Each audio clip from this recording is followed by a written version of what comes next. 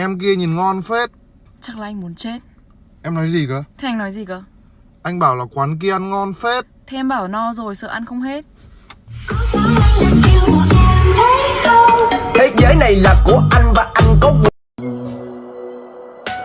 Do tiền mua inun rồi chỉ xả mua con luôn. Tao cầu con cho tiền của trình do từ cu. Do tiền mua inun rồi mua con cho lòn du. Tao cầu con cho tiền của trình luôn liền cu.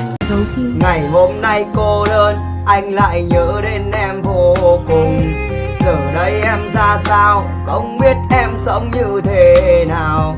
Từ khi ta chia tay em theo người về nơi.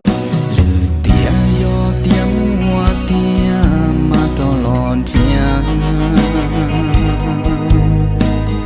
Mà lý cho cả lò xin luôn đua mò.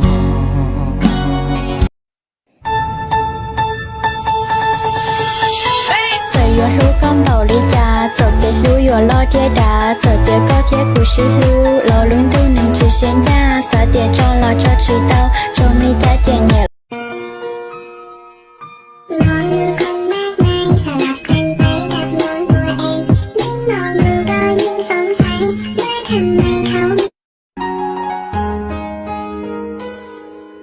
Lương địa tên lo na sao bò,我找工作做工。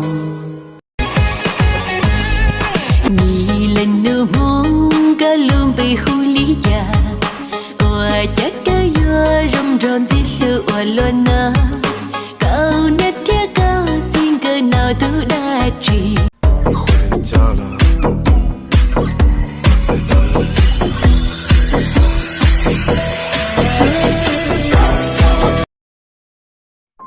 Facebook anh nhiều gái xinh quá ha.